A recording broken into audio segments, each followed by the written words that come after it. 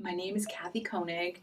My profession is advanced practice nursing. I have a master's degree in nursing, and I've been doing this for about 25 years.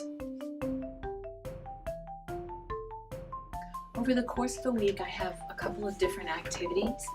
One is that I work in our developmental disabilities clinic here at Yale, and we have a multidisciplinary team that evaluates a child over a 2-day period, and we are looking at whether the child has an autism spectrum disorder, and if so, at what level are their social and communication skills, at what level do they have behavioral impairments or intellectual impairments, and how can we help that child to thrive in school, at home, and in the community clinic.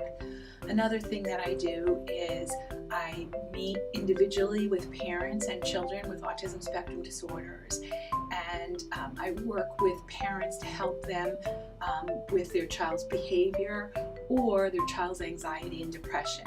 Another major part of my week involves developing programs for my initiative on girls and women with autism spectrum disorders.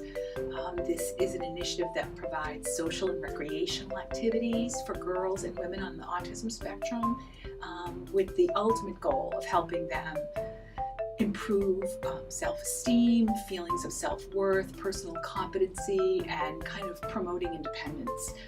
That takes up a significant portion of my week. It has multiple different pieces. I've actually always been interested in autism since I was a little girl, because a cousin who's exactly my age is severely affected with autism.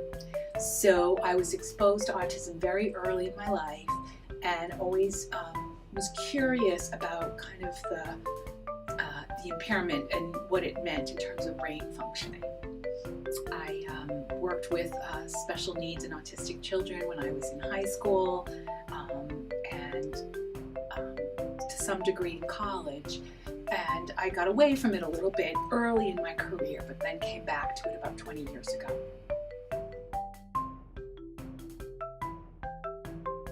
Years ago, there was a little boy who was 5 years old. He had autism, classic autism, and he also had mild intellectual disability. His family consisted of his grandparents and his mom. She was a single parent. This little boy at 5 would become aggressive when things didn't go his way. He would scratch, bite, kick, pull hair,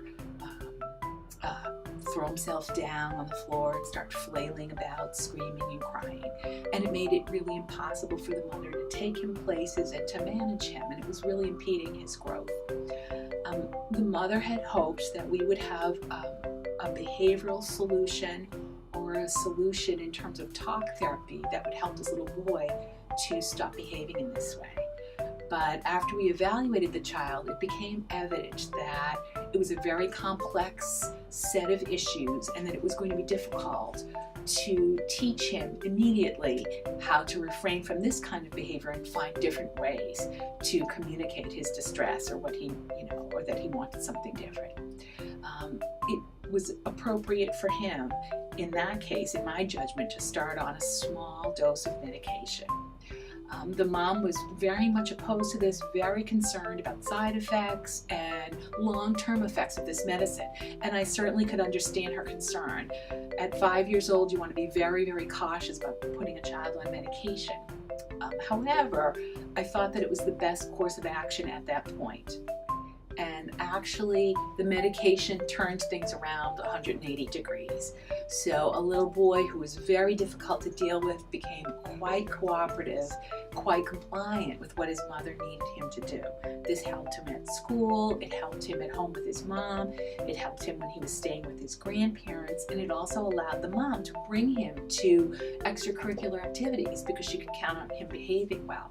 When he was a bit older, closer to, say, 11, he started participating in a psychotherapy here with one of my colleagues, where he started to learn alternative ways to express himself when he was frustrated and upset. And over the course of a year or so, we were able to decrease and taper his medication so that he's not on medication at all, because he started to implement these strategies that he learned for managing his frustration, managing his anger, coping with his anxiety. He graduated from high school at age 21 following a very well-designed special education program. And I have to say that his mother was instrumental in advocating for him within the school district. And then he entered a program for vocational and a residential training, independent living, close to his own community. I smile when I think of how small and scrappy he was, fighting and pulling hair when he was this tall, and now he's a head above me, and he's a really wonderful young man.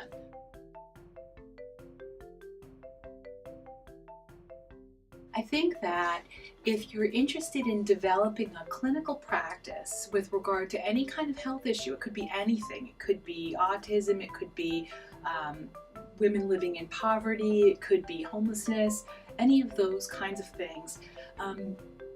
Getting a master's degree in nursing is absolutely a jumping off point for any kind of research or clinical work that you might want to do.